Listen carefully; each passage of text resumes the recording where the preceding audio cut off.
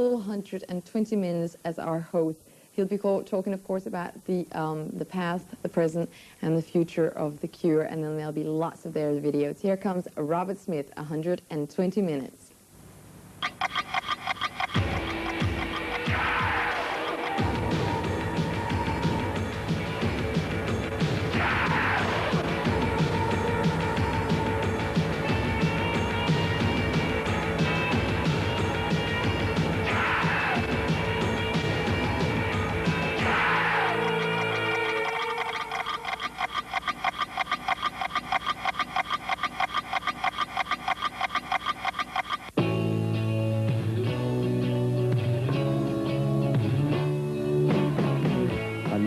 Sort of like crass, like rock and roll things even more than I used to. I mean, I became more punk when I was a bit older. I think it's easier to trick people if you're just making pop music. I mean, it's got to be, because 90% of people making records are complete half-wits.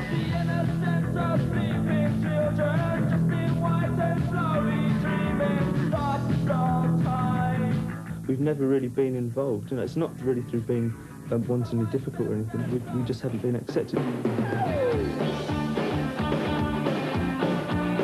When we stop, we won't like announce that we've stopped, we won't have done anything for such a long period of time that we'll obviously have stopped.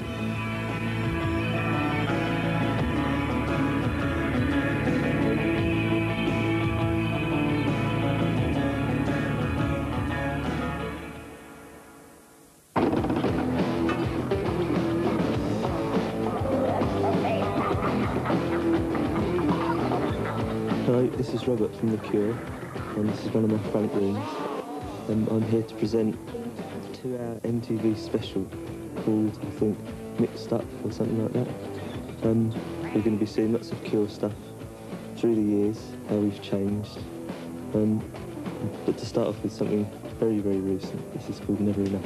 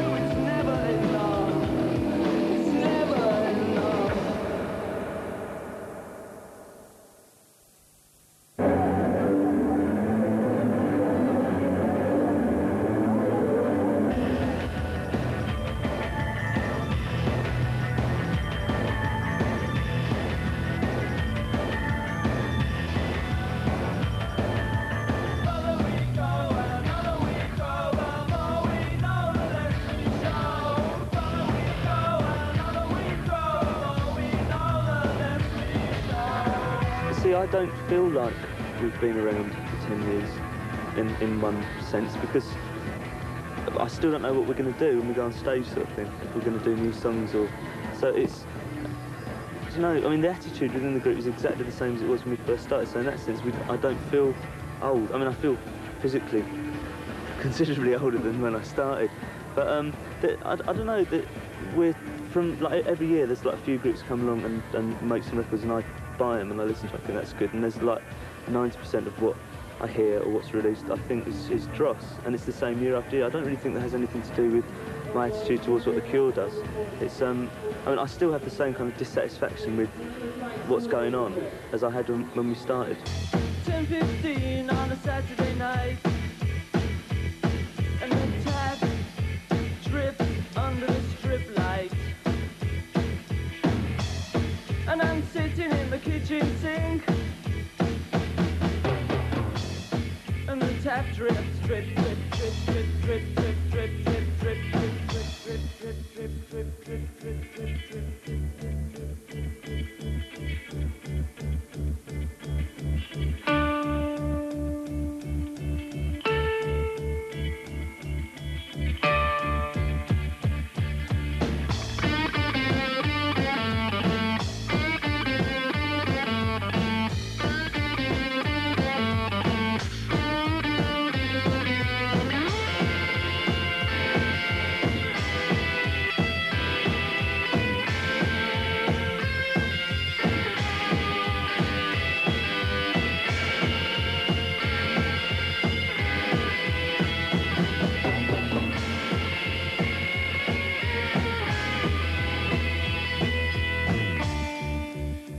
People's level of awareness, I think, with what is on a record has gone up since we started. I mean, we used, like, 17 Seconds took sort of 14 days from walking in the studio and walking out with a finished thing.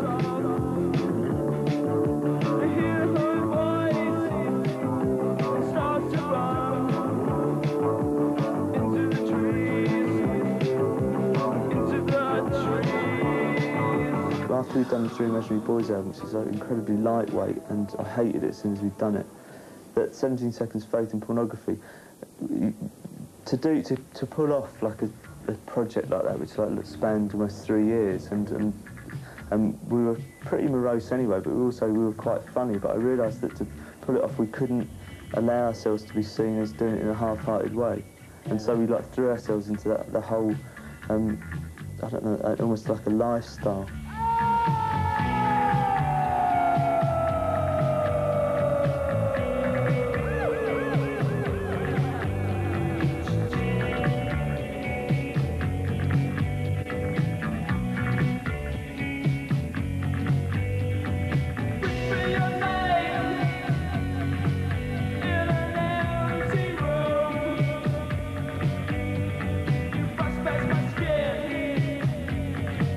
That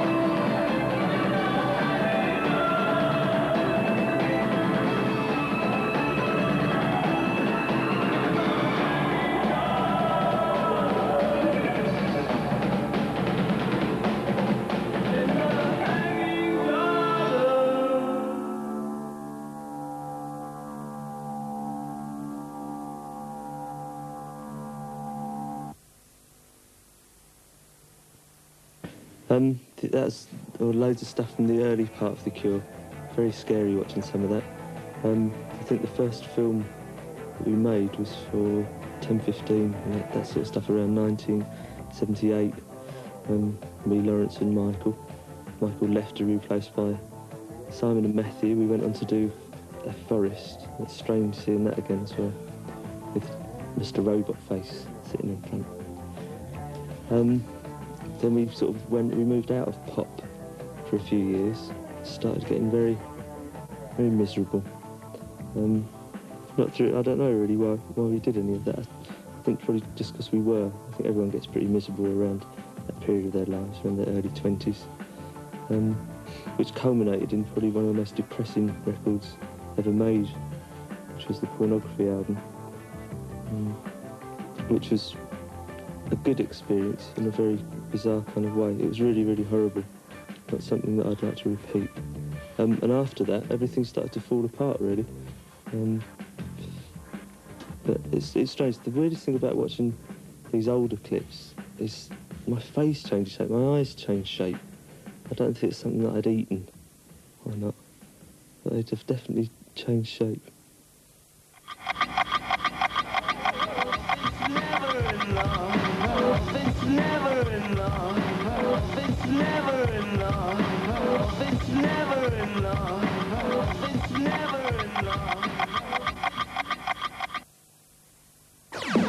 You're gonna curl their hair. You're gonna make them stare.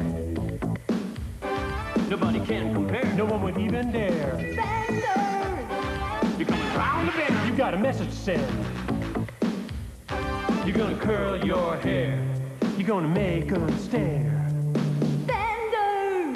Heat them, twist them, curl your hair, make them stare. Benders only from Clairol.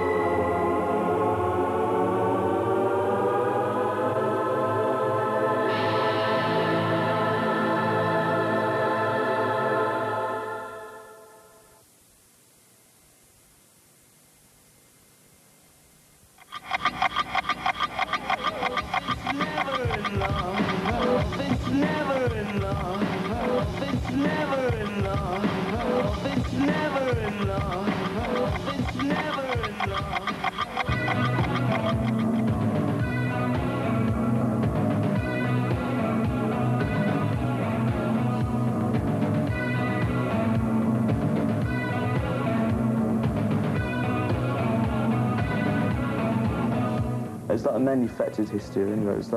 It's almost what you get in Japan. I had the benefit of going there with the Banshees as well as with the Cure, and I saw the same people, and because of that, all the attention was focused on Sue. When I went with the Banshees, I could sort of stand to one side, and I was seeing how that kind of hysteria is generated around a group.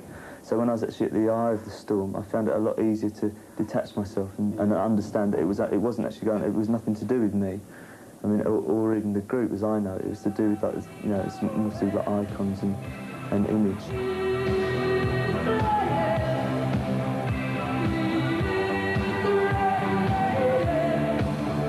It's all around the same time of becoming disillusioned with the way the Cure was being portrayed. I mean, we were guilty of it. It wasn't anyone else's doing. And I just wanted to get away from being the focal point of something that drag, really.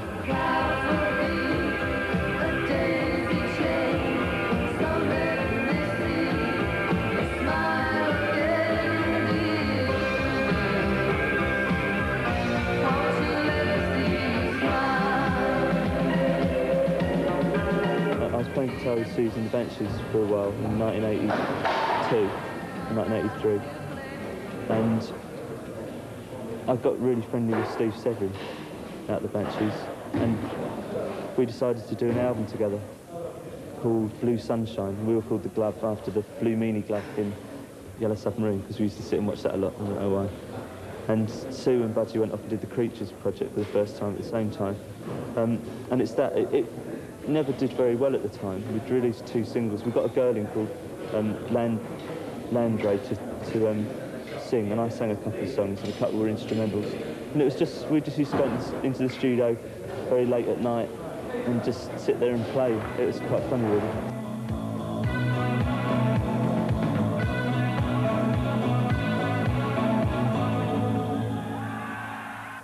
After all this pornography stuff, and the group really just fell apart around that time, I wanted to go off and do something else, completely away from the Cure, and I wanted to stop singing, and I was fed up of being sort of like people expecting me to know things.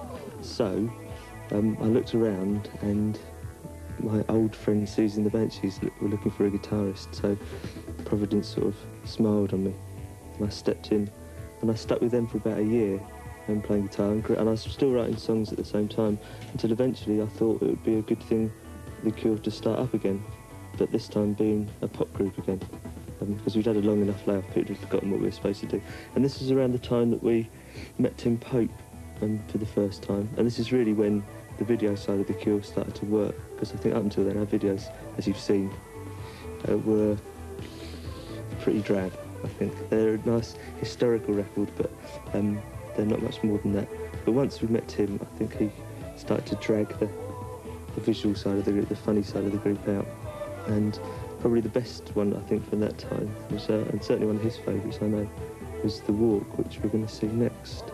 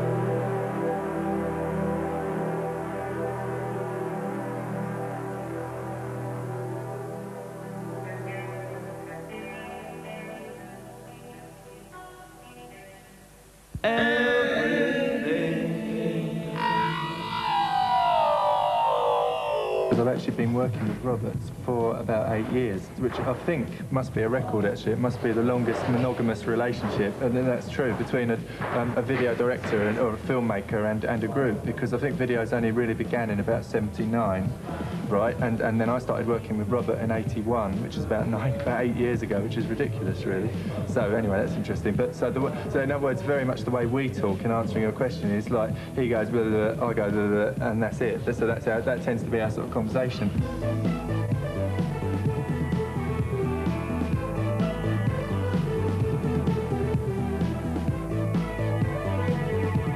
Most pop videos are made like you sort of turn up and there's not much of an idea really, and you sort of sway the camera around a bit and then sort of maybe make it up a bit in the editing suite. But these things are shot like sort of like a toy train set. Like I shoot one shot and it finishes there, and I shoot another shot and it finishes there, and so it goes on. So the editing process is actually very simple. You see, it's just like you bung it together and it's sort of there. So it's sort of decided in the first instance.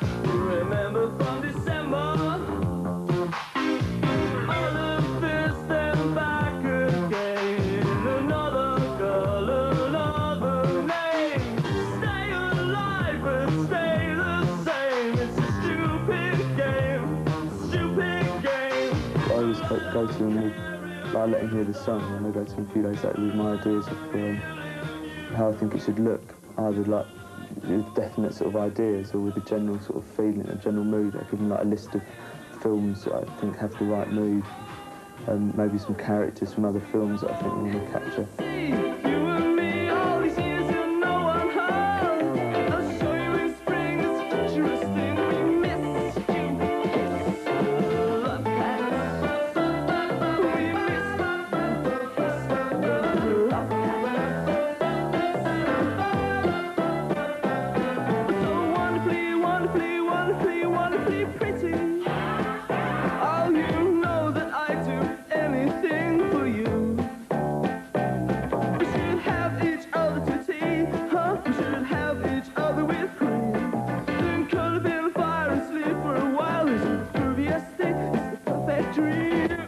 Sorry that none of your music was up there being nominated. I would have felt much happier if we'd been nominated for Best Band, yeah.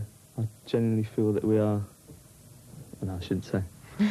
We're a better band than our videos are. Don't cry. 10:15 on a Saturday night.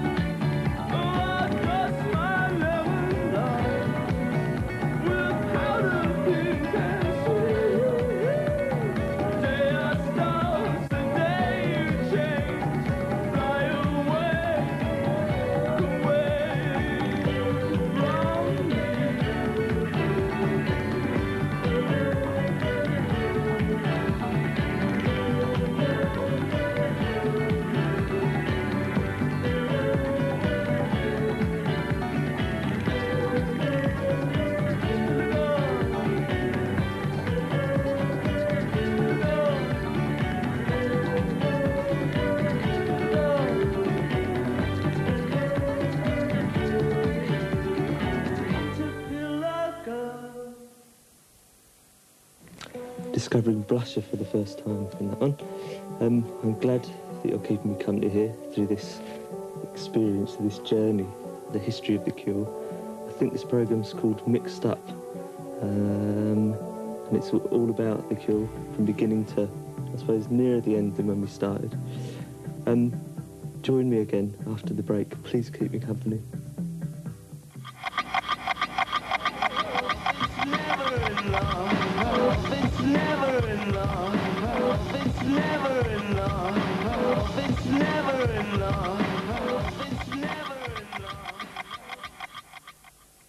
Today's a good day to die. It was a daring experiment. I'm going next. They were trying to find the answers to life. Why are you doing this? To see if there's anything out there beyond death. But they weren't ready for what followed them back. We're running out of time. Starting CPR. Flatline. Kiefer Sutherland, Julia Roberts, Kevin Bacon. Flatliners. Some lines shouldn't be crossed.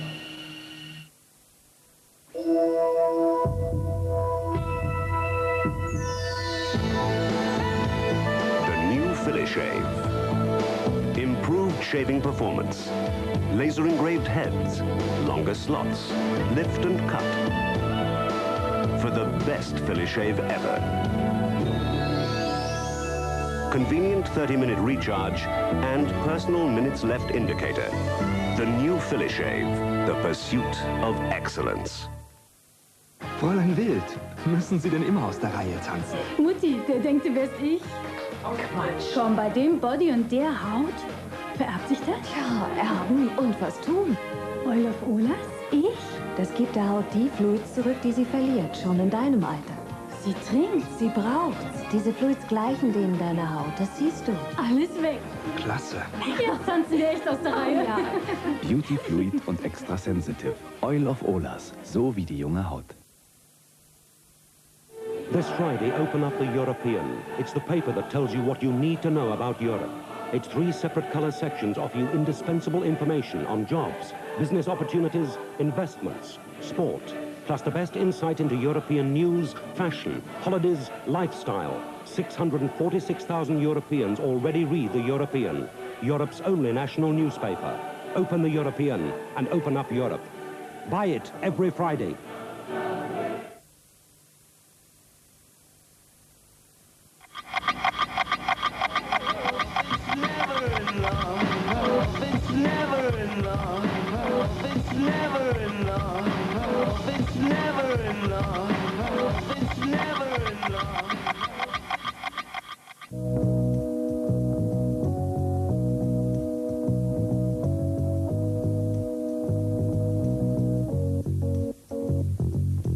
Now I've sort of grown a bit wiser. I use things as bargaining points.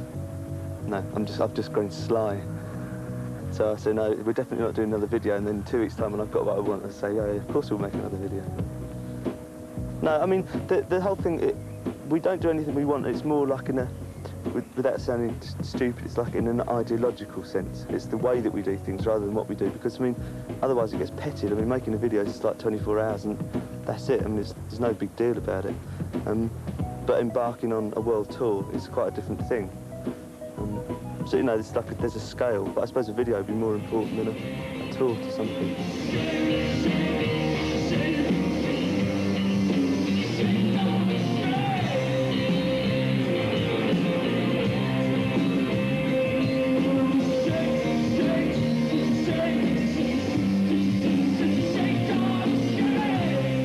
Big, it's brash, it's loud. It worries me more touring in America than it does anywhere else in the world. The effect that it has on me and on the group. Because you have to sort of compete all the time. I always feel it necessary to try and be bigger. It's a really horrible sensation, but the concerts are good. So why don't you laugh about it, cover it all up with lies? I try to laugh about it, hiding the tears in my eyes, 'cause boys don't cry. Boys don't cry. I would tell you that I loved you if I thought that you would stay, but I know that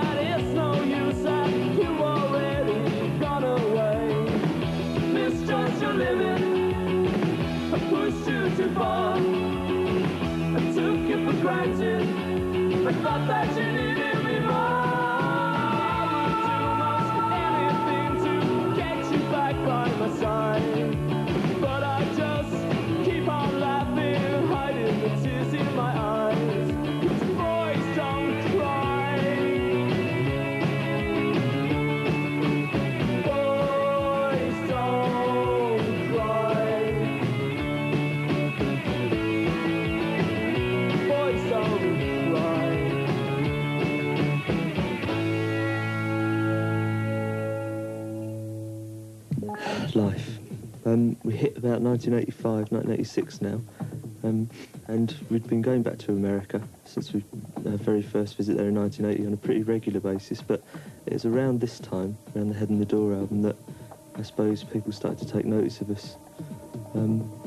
Really, I suppose probably because people realised we weren't going to go away, they had to deal with us. And particularly the tour around the Head in the Door record was, I think, the one that sort of started to make a real, it made us have an effect in America. And some of the stuff that we did around here, like the videos particularly, that's some of the best, I think, that we ever did. They've got a real life to them. I don't know what you can see close to me next. People always say about this that it's their favourite Cure video, or that it's the one they always remember, the one we're all in the wardrobe. And we've redone this for the Mixed Up album. Like, we've completely sort of like the sounds altered and stuff, and we thought, well, rather than try and marry it to like this video in the wardrobe, because it doesn't really match, it's more like a sort of summery undersea stomp. So we decided to re-record the video in a summery undersea way, and we did actually do it underwater. And maybe if it's on one of these spools, we'll play the new one, segueing the new into the old for a change. See if it works.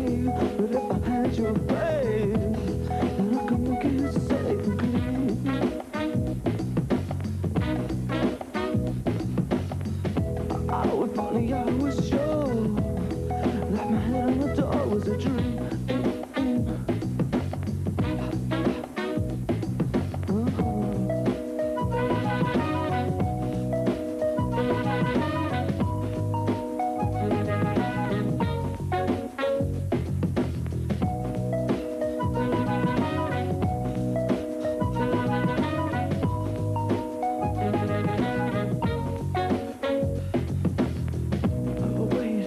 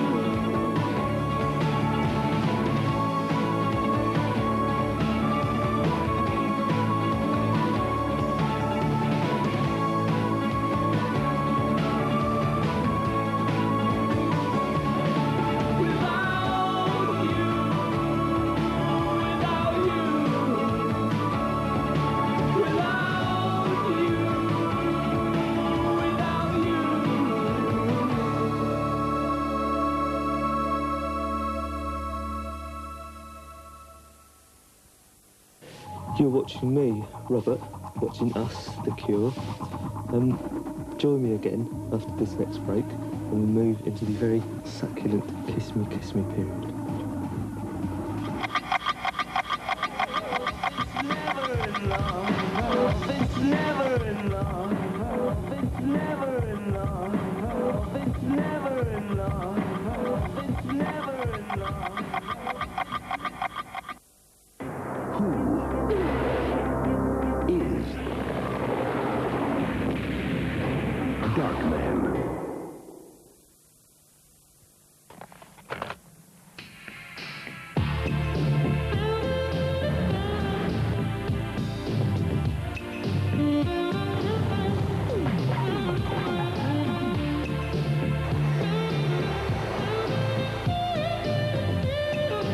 We at Sony can't bring your favorite pop star to your front door.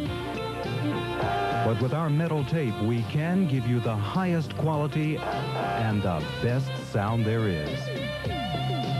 With Sony metal tape, you don't miss a thing.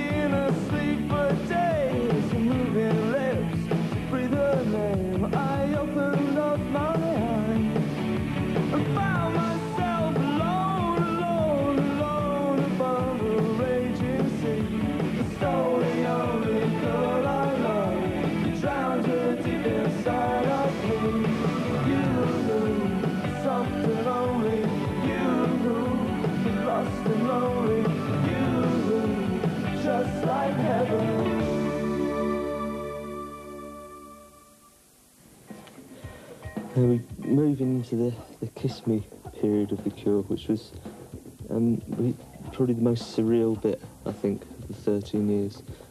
We'd recorded it all in a vineyard in France, and I don't really think we recovered for about 18 months. Everything we did is tainted with a slight bit of insanity. The best thing I did, I think, was I shaved my head before we started recording, and that had a really big impact on the way I thought about things.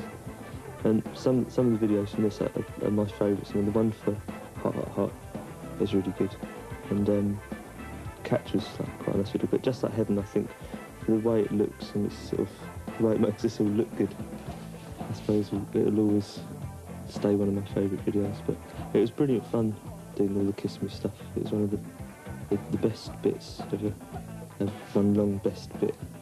That's great. So I hope you like it as well.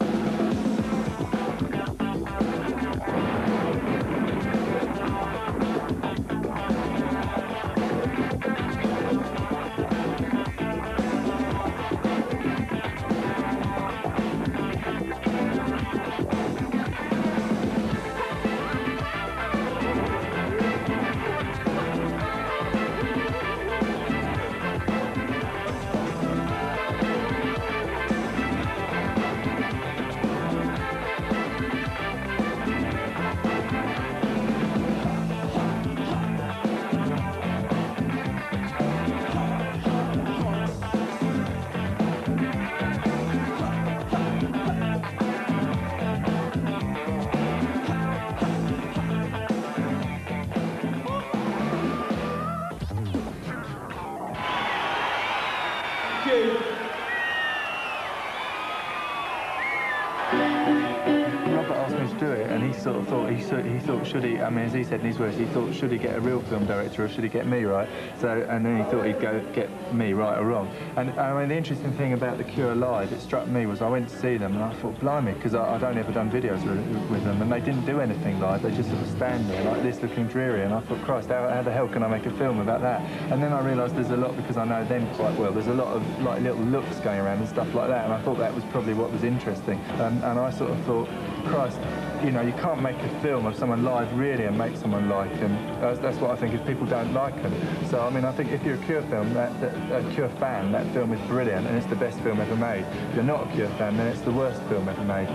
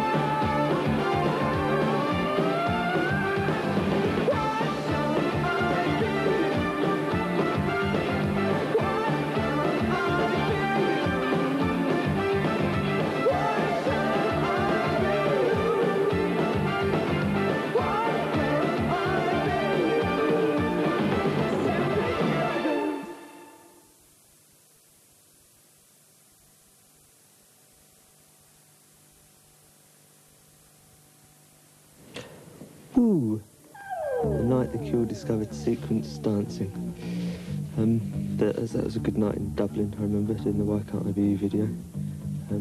Probably the highlight of the Christmas thing. It was good seeing the bit from the Cure in Orange film as well.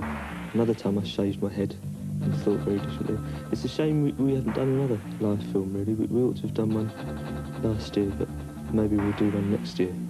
With all the pressure within the group for us to go on tour again eventually chips its way through my resolve. I don't know.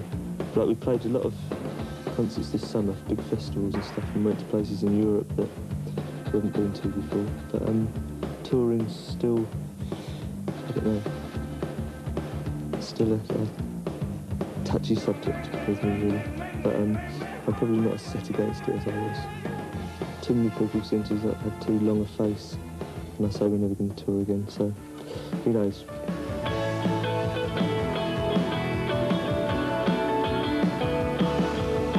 Daylight lit me into shape.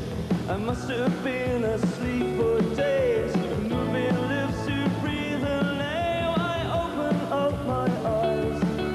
I found myself alone above the raging sea. So the only girl I loved, and drowned her deep inside of me. You, soft and only you, lost and lonely. You, just like heaven.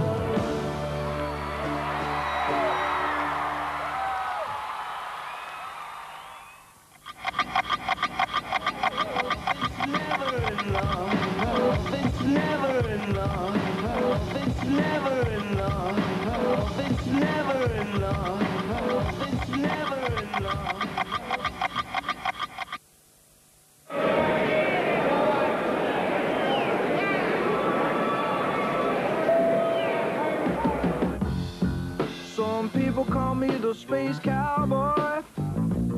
Yeah. Some call me the gangster of love. Some people call me Maurice, 'cause I speak of the pompatus of love. People talk about me, baby. Say I'm doing you wrong, doing you wrong. Well, don't you worry, baby, don't worry, 'cause I'm right here, right here, right here, right here at home. 'Cause I'm a picker, I'm a grinner, I'm a lover, and I'm a sinner. Spend time on shampoo and conditioner? Take 2 bottles into the shower? Not me. I just want to wash my hair and go. So I use Vidal Sassoon Wash and Go. Salon shampoo plus complete conditioner in 1 bottle. Vidal Sassoon Wash and Go. Leaves my hair clean, fully conditioned and easy to manage. Shampoo and conditioner? Not me. Now I just wash and go. Salon shampoo and complete conditioner in 1. Vidal Sassoon Wash and Go.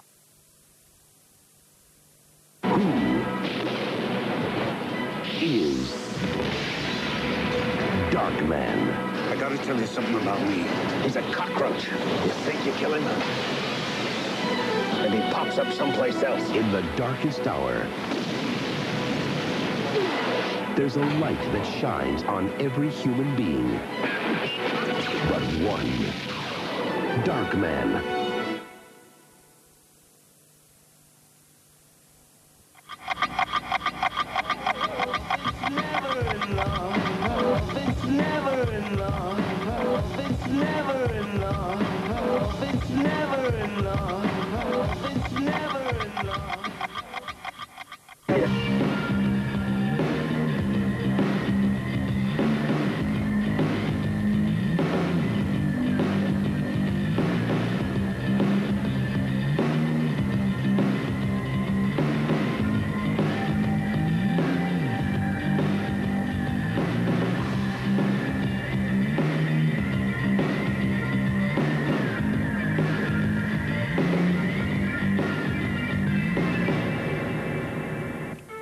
And so 10 years went by, just like that. As we sort of tend to go in big circles and big spirals, it was inevitable really that at some point we'd slip out of being a pop group again. I think we couldn't have got more ridiculous than the stuff like Why Can't I Be You, and Catch and Hot Hot Hot. And I really wanted the group to get, but I was missing sort of doing songs with the group that had a bit more depth and a bit more emotion to them, and all the things that go with them, like the concerts, like having a certain intensity that we'd really been missing, even though they were good and they were entertaining, I suppose. But I just wanted to drag the group back into doing something that hurt a bit more, which was like the disintegration period. But as it ended up, there's like an enormous amount of depth, I think, on that record, and a lot of more sombre stuff. But there were also a couple of the best singles I think that we've ever done. Like, well, in fact, more than a couple: Lullaby and Love Song, and Pictures of You as well, which is going to come up next, which I think was really overlooked as a single. Everyone sort of thought, because it's just an album track, but I think that it's one of the best Cure singles that we've ever done. Very understated. And this was a good video as well. It was a good video to make, from what I remember.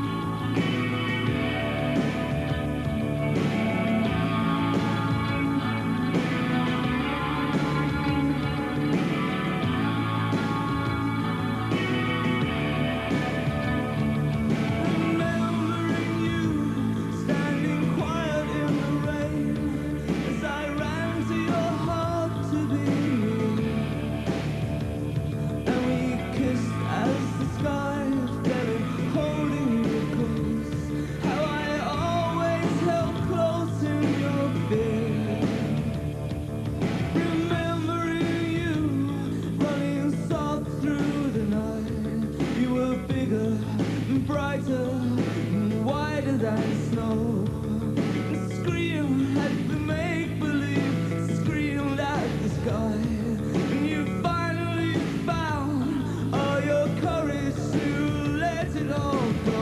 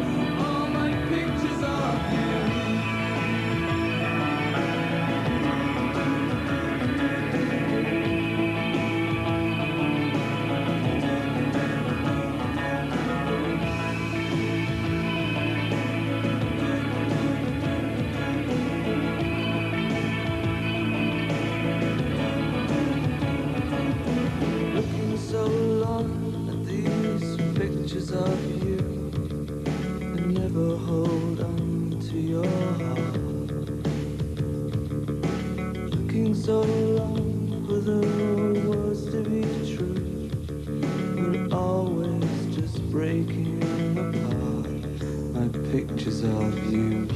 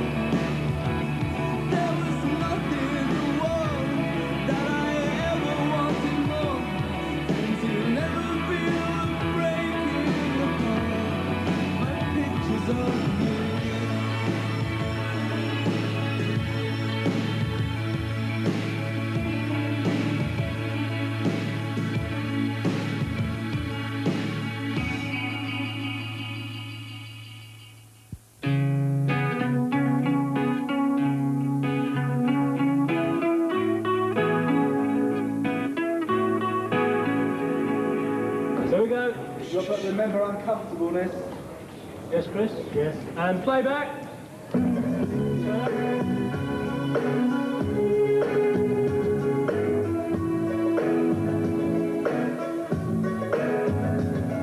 mean, I've got no ideas at all, basically. That's the way I work. I've got not a single idea in my head. And then a song comes along, and then I'll apply ideas to that song.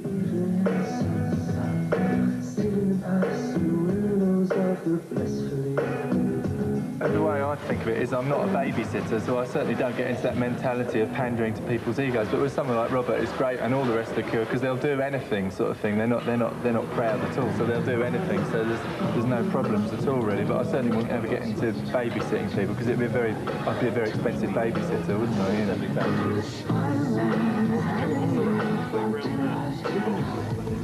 A lot of the videos, particularly like this one, the Fascination Street wasn't really based very much on performance, it's more just mood.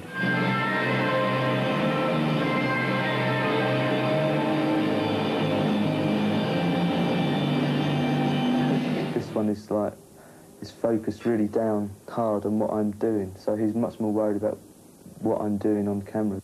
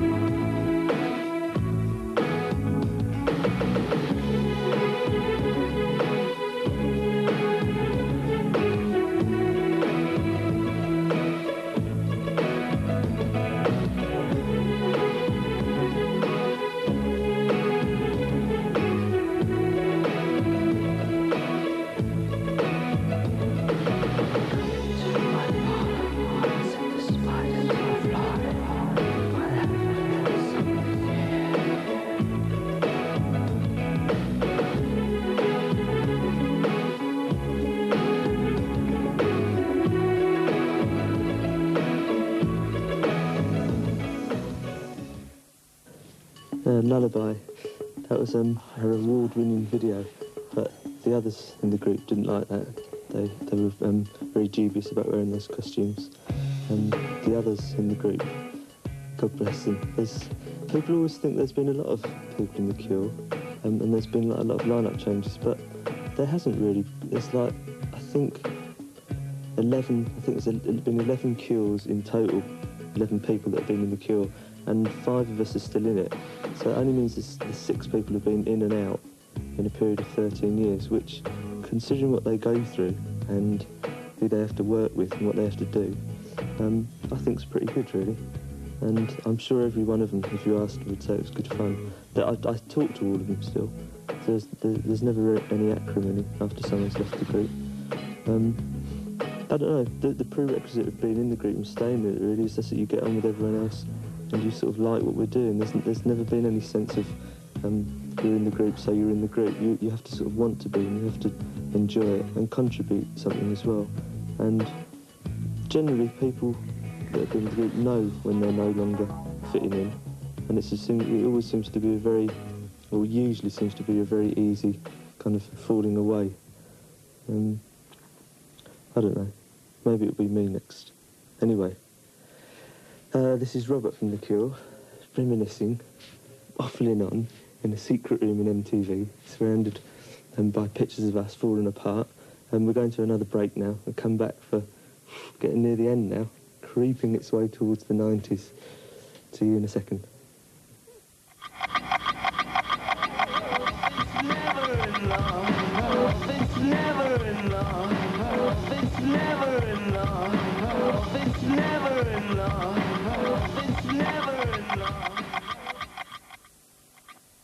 Philips Compact Disc presents Tears for Fears.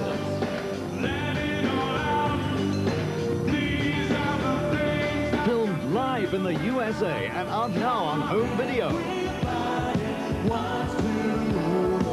15 tracks, including Shout and Everybody Wants to Rule the World, Sowing the Seeds of Love, and more. Get Tears for Fears live on video now.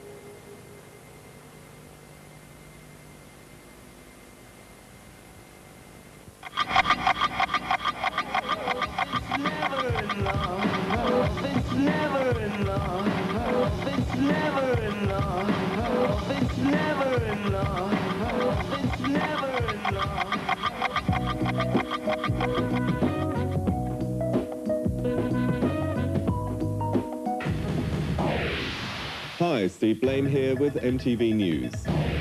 Last Friday night, The Cure made a unique pirate radio broadcast from the heart of London, unfortunately 2.5 hours later than planned due to technical problems. Tracks from their forthcoming remix album were played for the first time, while Robert Smith and band members talked about the album and the new single Never Enough. Also in the studio were US DJs Louis Largent and Mike Halloran, several music journalists and an MTV camera crew.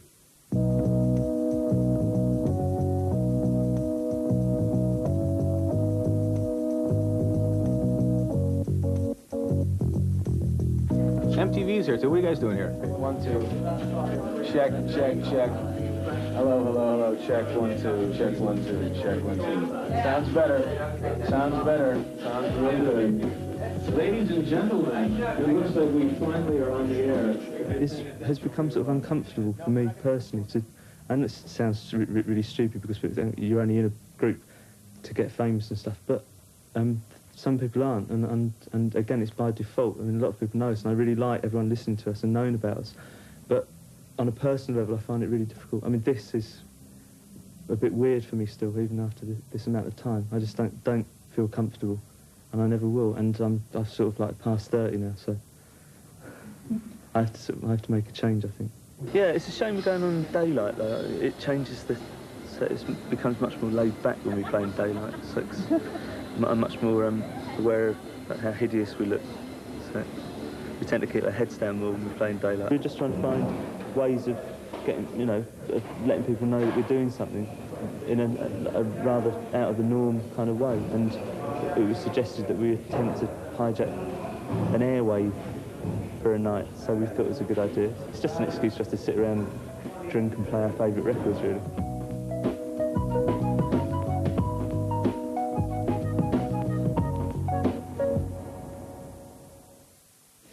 Very seedy footage of some very seedy blokes taking part in what I think is called a scam in the business. It's just we were trying to think of a way to launch this new mixed up album without having to go through the usual things like sitting in a secret room surrounded by televisions. And we thought that because it's a dance album basically, because it's all like remixes, it's actually supposed to encourage you to jump up and down. We were going to just air it.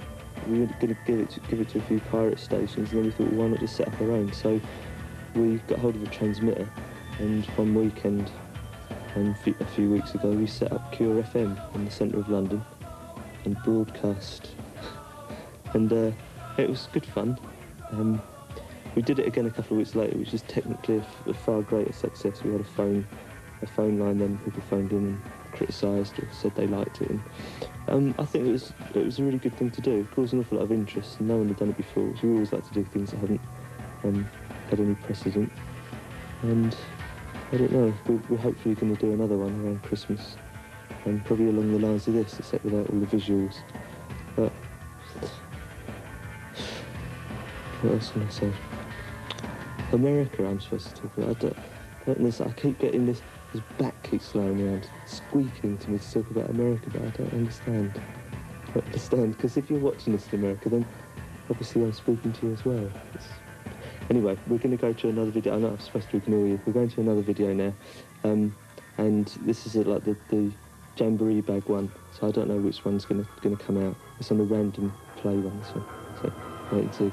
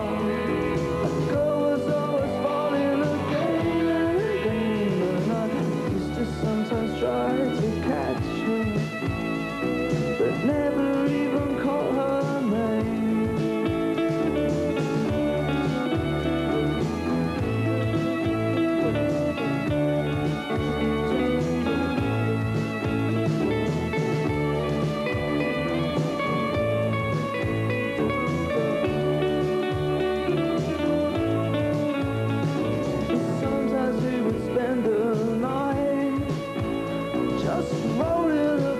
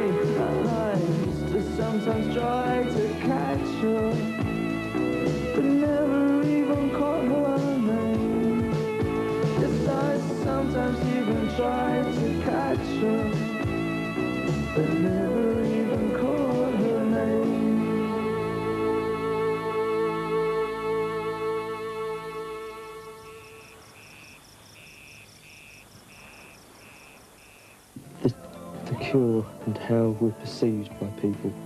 It's unfortunately a great deal of the time it's out of our control because we're like thrown at people through the media, and we don't really have that much say in it. If someone puts us like juxtaposes my face alongside a piece of music or someone else, or even me like talking nonsense, which I do a lot of the time, even in context it doesn't make sense.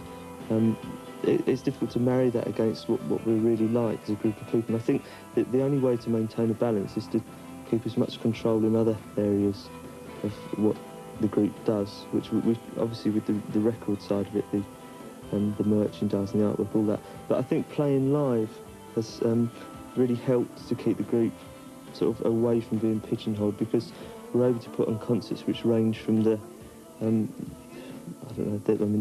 the most sort of doomy evenings out to things that are like to nights that are just like a wild night in a very strange disco. So so no, I suppose all in all I'm as content as I could ever be with the way that the Cure is put across to people and the way that we put ourselves across. It is really difficult. I mean, like with the hair and all that, the makeup and doing things like this, it's just very unnatural having like cameras in your own front room and you're just trying to watch a quiet night's telly of yourself. But I suppose it's all right all in all. Another night when one of my rooms was invaded was this. My wine cellar was invaded by other members of the band and a few more cameras to make this next video, which is a love song. Sort of worked, all right.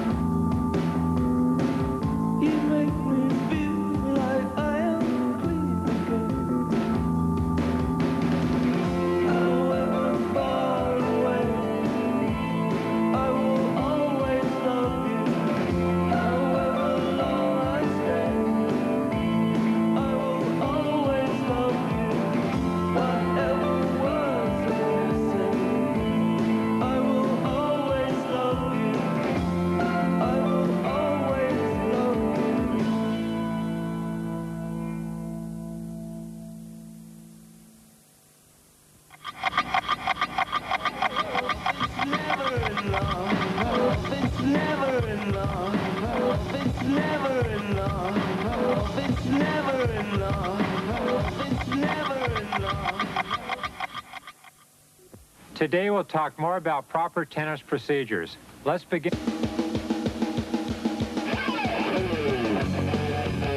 Never, never try to hit too hard. In tennis, conservative attire is a must. Avoid overexcitement.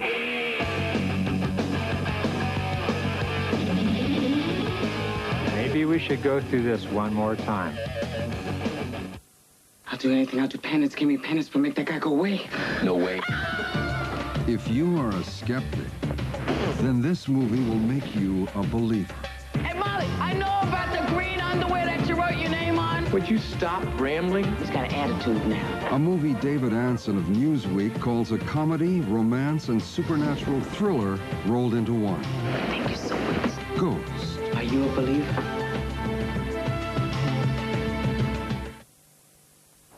You know, it happened right here 20 years ago. Right here, Mum? Mm-hmm. You just can't imagine what it felt like.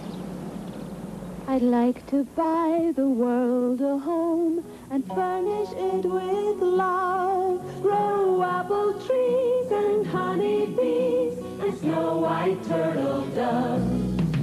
I'd like to teach the world. Can't stop it. The feeling you get from a Coca-Cola. Can't keep the feeling. Teach the world to sing. The feeling you get from a Coca-Cola. I'd like to buy the world to come. Can't beat the real thing. Oh, can't top it. No, you can't stop it. That is all the whole world singing. Can't beat the feeling. You can't beat the feeling.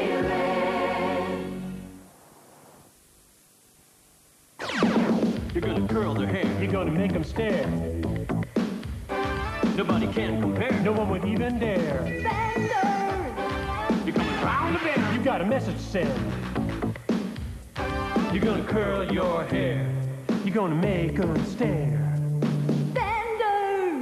Heat them, twist them, curl your hair, make them stare. Benders only from Clairol.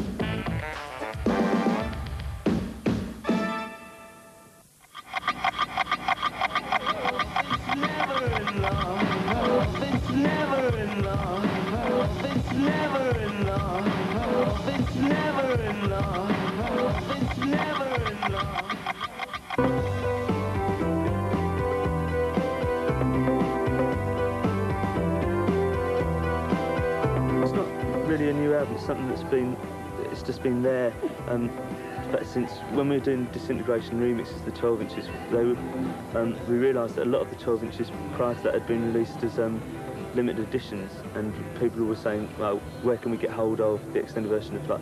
So we thought it would be just a good idea to chuck all things like that onto one album and release it as like a budget priced album, like we did with like a few years ago. We did a record called Concert and Curiosity. It was like a double album. The Curiosity part was just like all bits of junk that people were always asking about. It's gradually just built up into what it's become, which is like a party album, really. It's a double vinyl album, a single CD and cassette. You get one less track in the CD than you do on the vinyl, as in typical Cure style. Like there's about 4 old or 5 older 12-inch remixes that have previously been released, and there's about 3 or 4 remixes that have never been released, and there's a new song. And like we've re-recorded A Forest and re-recorded The Walk. So it's like just a jumble of... They're all singles, that's the only thing they've got in common, but they all sound radically... Some of them are totally different. In between days is like unrecognisable as in between days. Because I can't dance, I haven't really got into dance music very much. I mean, a lot of what we've done in the dance sort of idiom is it's not really parody, but it's very, very heavily ironic. I mean, just for me personally, I mean, when I see myself trying to carry it off, it makes me laugh more than I don't sort of think, yeah, get down. Go, go, go, Harold and Joe. Go, go, go. I suppose the reason why we're on this trip down memory lane and beyond is because of the new Cure album, which is this album called Mixed Up. And the reason behind the whole thing was a couple of years ago, we met a bunch of people when we were playing who wanted to know how to get hold of old 12-inch remixes. Why do they have to pay so much money for, because they're deleted and stuff? And so we thought, we've got the tapes, we'll put them all together on an album and put it out just really for Cure fans, and ones that want it will buy it. But then I started to listen to some of the old 12-inch mixes and found that they were really awful. And I remembered that even when we were doing things like Primer and Let's Go to Bed, we didn't really do them with conviction. They were just there to make the songs longer, and if you were out of your face somewhere in a club in the middle of Europe, like we often were at that time, it would just be like 2 minutes longer on the dance floor.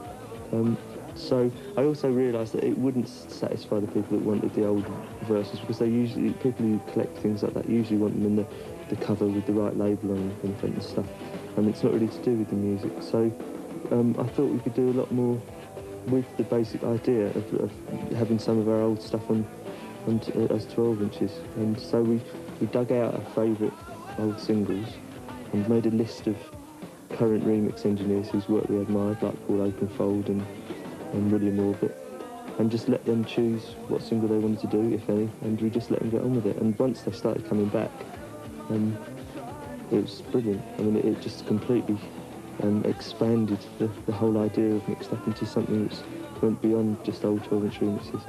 So we re-recorded a couple of songs and put a new song on it, and that's it. I think everyone should just judge it on, by listening to it. I think that because it hasn't got a precedent, there's a lot of rubbish being talked about it. I think once people have listened to it, they'll like it. Having said that, the one new song that's on it, which came out as a single very recently, we saw the first part of it at the top of this marathon, and this should be, hopefully, the other bit of it. This is Never Enough, part 2.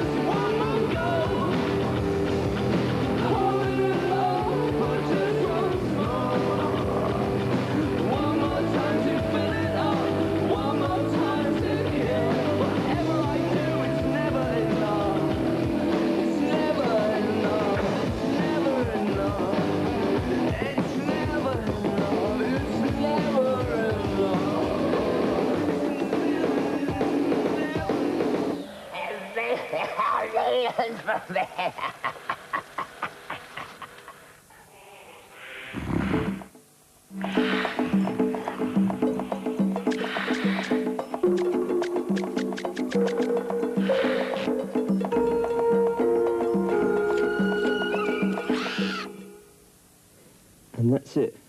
13 years, 120 minutes with a very mixed up group called The Cure. And I'm Robert, the singer from that group. And thank you very much for watching all this. I hope you enjoyed it. And see you again in another 13 years for 240 minutes. Next time you see this programme, 120 minutes on MTV, it will be back to normal, I'm told, whatever that is.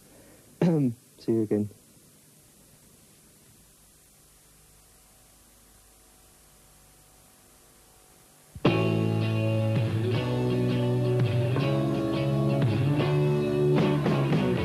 loathe sort of like crass, like rock and roll things even more than I used to. I mean, I've become more punk than as I get older.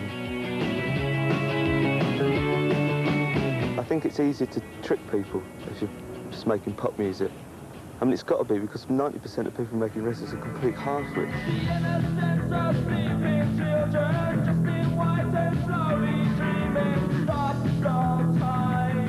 We've never really been involved, you know, it's not really through being wantingly difficult or anything, we just haven't been accepted. When we stop, we won't like announce that we've stopped, we won't have done anything for such a long period of time that we'll obviously have stopped.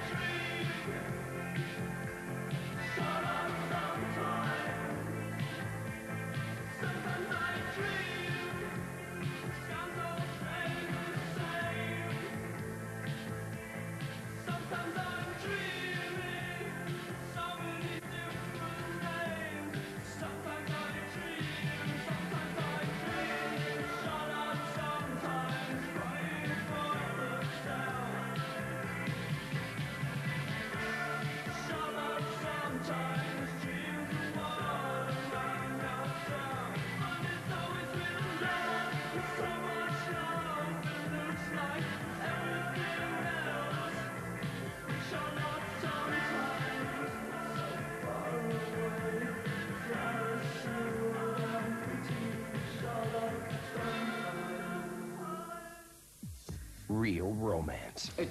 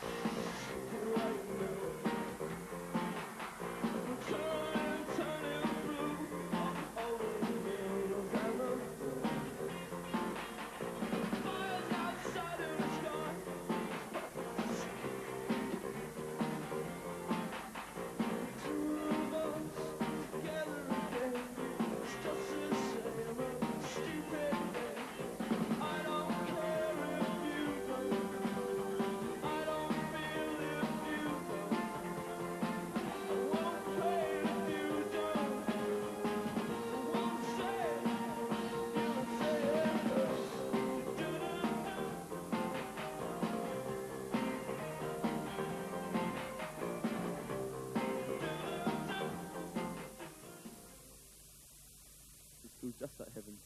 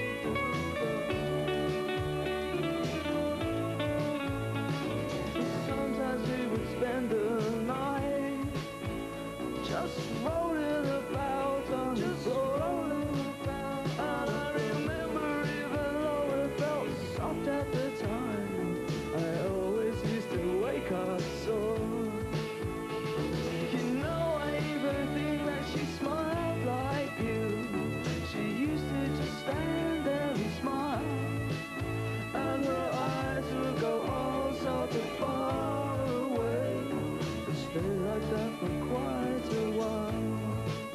And I remember she used to fall down a lot. That girl was always falling again and again. And I used to sometimes try to catch her, but never even caught her name. Yes, I sometimes even tried to catch her, but never even caught her name.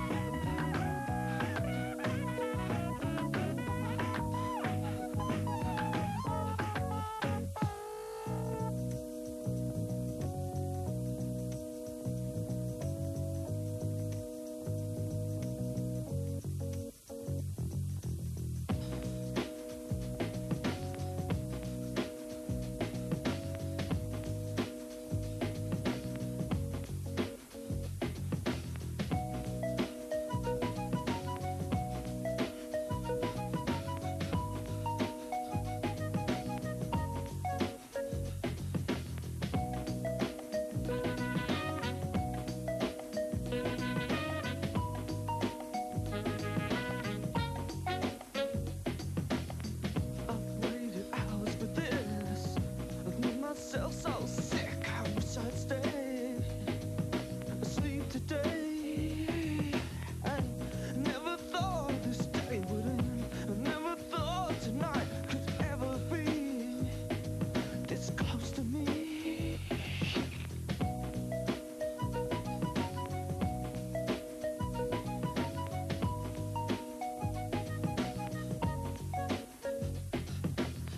Just try to see in the dark, just try to make it work, to feel the fear before you're here. Make the shapes come much too close. Open my eyes, I'll hold my breath and wait until I shake. But if I had your face, then I could make it safe and clean.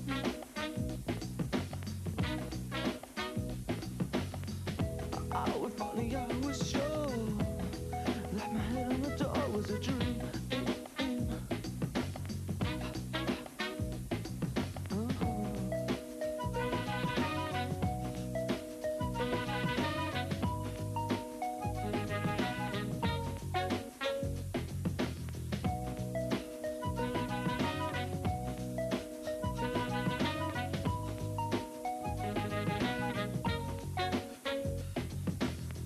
I've waited hours for this. I made myself so sick, I wish I'd stay asleep today. I never thought this day would end. I never thought tonight could ever be this close to me. But if I had your face, then I could make it safe and clean. Oh, if only I was sure that my head on the door was a dream.